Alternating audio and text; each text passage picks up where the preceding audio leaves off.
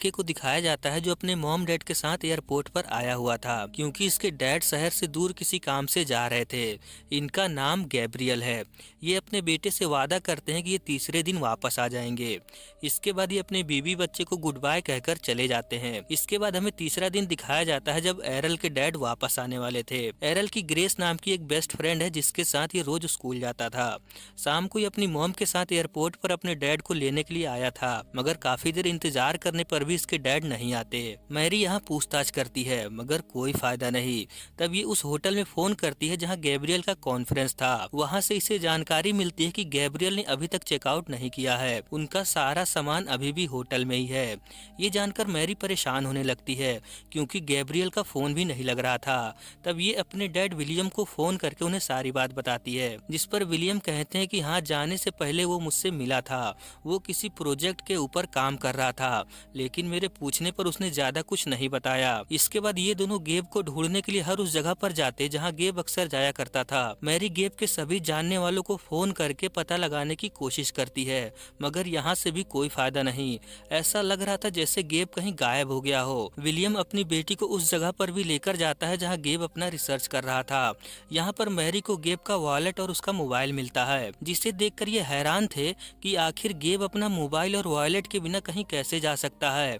खैर, ऐसे ही धीरे धीरे समय गुजरता है और आज पूरे 12 साल हो चुके हैं, मगर अभी भी गेब का कोई अता पता नहीं। मैरी अभी भी इसी उम्मीद में थी कि कभी न कभी इसके पति वापस आएंगे। अब एरल काफी बड़ा हो चुका है और इसकी बेस्ट फ्रेंड ग्रेस अब इसकी गर्लफ्रेंड है। विलियम अब एक प्रोफेसर हैं जो बच्चों को पढ़ाते हैं, उन्हीं में से एरल भी था। एरल क्लास में हमेशा देर से आता था, मगर पढ़ने में ये बहुत तेज था, बिल्कुल अपने डैड के जैसा। विलियम इससे पूछते हैं कि आखिर तुम इतने मुश्किल सवालों के जवाब कैसे ढूंढ लेते हो। एरल कहता है ये तो बहुत आसान है, मुझे अपने आप ही सब कुछ समझ में आने लगता है।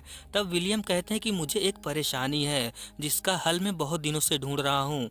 ये एरल को टाइम ट्रेवल के बारे में समझाने लगते हैं कि ये कैसे काम करता है, और ये भी बताते हैं कि तुम्हारे डैड इसी प्रोजेक्ट पर काम कर रहे थे और मुझे पूरा यकीन है कि उन्होंने टाइम मशीन बना लिया था और वो उसका इस्तेमाल करके किसी और समय में चले गए हैं। एरल कहता है ये सब बकवास है, मेरे डैड मर चुके हैं। ये टाइम ट्रेवल और दूसरी दुनिया, ये सब आपकी कल्पना है, इसका सच्चाई से कोई लेना देना नहीं। और प्लीज ये बात मॉम को मत बताना, नहीं तो वो बेवजह परेशान होंगी। इसके बाद ये अपनी गर्लफ्रेंड ग्रेस से जाकर मिलता है। शाम को फिर से विलियम इसके घर आकर इसको समझाने की कोशिश करता है। विलियम कहता है हो सकता है मैं गलत हूँ, मगर ट्राई करने में क्या जाता है। इतना कहकर ये अपनी बेटी से मिलकर चले जाते हैं। एरल की मॉम अपने पति गेब को याद करके रो रही थी। ये एरल से कहती है कि मैं कई दिनों से सोई नहीं हूँ, अब मुझे नींद भी आना बंद हो गया है। एरल अपनी मॉम को समझाने की कोशिश करता है कि आप उन्हें भूल जाओ, अब वो वापस नहीं आने वाले, मगर इसकी मॉम ये मानने को तैयार नहीं थी, जिस पर गुस्से में एरल यहाँ से निकल जाता है। अगली सुबह जब ये घर वापस आता है तब ये देखता है कि इसकी मॉम ने जहर खा लिया है, जिसकी वजह से अब इसकी मॉम इस दुनिया में नहीं है। ये जानकर सभी लोग बहुत दुखी होते हैं, खासकर एरल, जिसने आखिरी बार अपनी मॉम से गुस्से में बात किया। कब्रिस्तान से लौटते समय एरल विलियम से कहता है कि अब ये तैयार है, क्योंकि एरल अनाथ होना नहीं चाहता था। फिर क्या था, ये दोनों टाइम मशीन प्रोजेक्ट पर काम करना शुरू करते हैं। विलियम एरल को बताता है कि शायद तुम्हारे डैड 1945 में मिस्टर आइंस्टाइन से मिलने गए हैं, क्योंकि मुझे एक बॉक्स पर मिस्टर आइंस्टाइन के घर का एड्रेस मिला था। तब एरल नेट पर 1945 की न्यूज़ देखता है, जिसमें इसे पता चलता है कि कोई अनजान आदमी कुछ चोरों के हाथों मारा गया और उसकी डेड बॉडी के पास बिल्कुल वैसी ही घड़ी थी जो एरल के डैड के पास थी। मतलब साफ है कि ये इसी के डैड हैं जो यहाँ से जाकर 1945 में चोरों के हाथों मारे गए। अब एरल को पूरा यकीन हो गया था कि इसके डैड ने टाइम ट्रेवल मशीन बना लिया था। ये जानकर एरल और भी ज्यादा मेहनत करने लगता है। इस तरफ ग्रेस बिल्कुल अकेली पड़ गई थी। ये परेशान थे कि आखिर एरल इससे मिल क्यों नहीं रहा है। पूछने पर ये इसको बताता है कि ये प्रोफेसर विलियम के साथ वार्म होल पर रिसर्च कर रहा है, और जब ग्रेस नेट पर वार्म होल के बारे में सर्च करती है तब इसे पता चलता है कि एरल टाइम ट्रेवल के ऊपर काम कर रहा है। ये तुरंत भागकर एरल के पास आती है और इससे कहती है कि क्या तुम सच में टाइम ट्रेवल करना चाहते हो। ये सुनकर एरल हैरान था कि आखिर ये बात इसे कैसे पता चली। आखिर में ये ग्रेस को बता देता है कि ये टाइम ट्रेवल पर ही काम कर रहा है। ग्रेस कहती है आखिर तुम ऐसी चीजों पर कैसे विश्वास कर सकते हो। एरल कहता है शायद ये तुम्हें पागलपन लगे, लेकिन ये सच है, इसीलिए मैं तुम्हें नहीं बता रहा था। शाम को घर आने के बाद ये टाइम ट्रेवल के बारे में बात करने लगते हैं। यहाँ पर ग्रेस एरल को बताती है कि ये प्रेग्नेंट है और अगर तुमने अपना रिसर्च जारी रखा और टाइम मशीन बना भी लिया फिर सोचो क्या होगा। दोस्तों यहाँ पर ग्रेस एरल को ये समझाने की कोशिश कर रही थी कि अगर ये टाइम में पीछे जाकर अपने डैड को वापस लेकर आएगा तब हमारी प्रेजेंट टाइमलाइन पूरी तरह से बदल जाएगी, क्योंकि इन दोनों में दोस्ती तभी हुई थी जब इसके डैड यहाँ पर नहीं थे और अगर इसके डैड वापस आ गए तब शायद इन दोनों की जिंदगी बहुत अलग हो जाएगी। ये बात एरल को समझ में आने लगती है।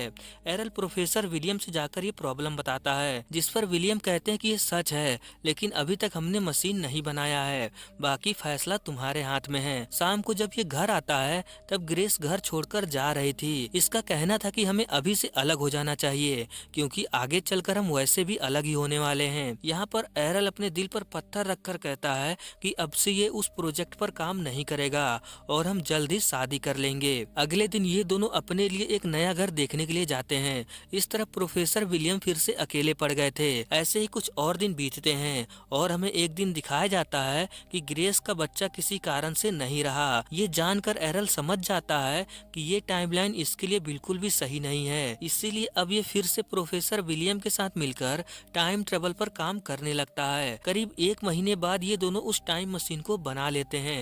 एरल ग्रेस के पास आकर कहता है कि ये दूसरी टाइम लाइन में भी इसके साथ ही रहेगा, ये इसका वादा है। इतना कहकर ये यहाँ से चला जाता है और अपने पास एक गन लेकर उसी समय में जाने के लिए निकलता है जहाँ इसके डैड गए हैं, यानी कि 1945 में। एरल टाइम मशीन में बैठता है और विलियम मशीन को ऑन करते हैं और देखते ही देखते एरल यहाँ से गायब हो जाता है। अब हमें फिर से वही सीन दिखाया जाता है जब एरल अपने डैड को एयरपोर्ट पर छोड़ने आया था। गैब्रियल यहाँ से निकलकर उसी जगह पर आता है जहाँ इसने टाइम मशीन बना रखा था। ये उस मशीन में बैठकर 1945 में पहुँचता है। गैब्रियल चारों तरफ देखता है, यहाँ पर सभी ने पुराने जमाने के कपड़े पहन रखे थे, जिससे गैब्रियल को यकीन हो जाता है कि ये सच में टाइम में पीछे आ गया है। साथ में हम एरल को भी देखते हैं जो इसके पीछे ही आया था। गैब्रियल मिस्टर आइंस्टाइन के घर उनसे मिलने के लिए पहुंचता है, मगर वो अभी घर पर नहीं थे। तब गैब्रियल इधर उधर घूमकर यहाँ का नजारा देखता है। एरल भी इनके पीछे पीछे घूम रहा था, मगर गैब्रियल अपने बेटे को नहीं पहचानते। खैर इसके बाद गैब्रियल एक होटल में आकर बैठता है और तभी इनके पास एरल आकर इनसे बातचीत करने लगता है और बातों ही बातों में ये इन्हें बता देता है कि ये कौन है और यहाँ पर क्यों आया है। गैब्रियल को पहले तो यकीन नहीं होता, मगर एरल ऐसी ऐसी चीजें बताता है जिसके बाद इन्हें यकीन करना ही पड़ता है। एरल इनसे पूछता है कि आप आखिर यहाँ आए हैं क्यों, जिस पर गैब्रियल बताता है कि ये मिस्टर आइंस्टाइन से मिलकर उन्हें अपने रिसर्च के बारे में बताने के लिए यहाँ पर आया था। तब एरल इन्हें न्यूज दिखाता है जिसमें आज ही इनकी मौत होनी है और ये भी बताता है कि इसकी मॉम ने इनके याद में जहर खाकर सुसाइड कर लिया और इसकी गर्लफ्रेंड ग्रेस की भी जिंदगी बर्बाद हो गई, क्योंकि इन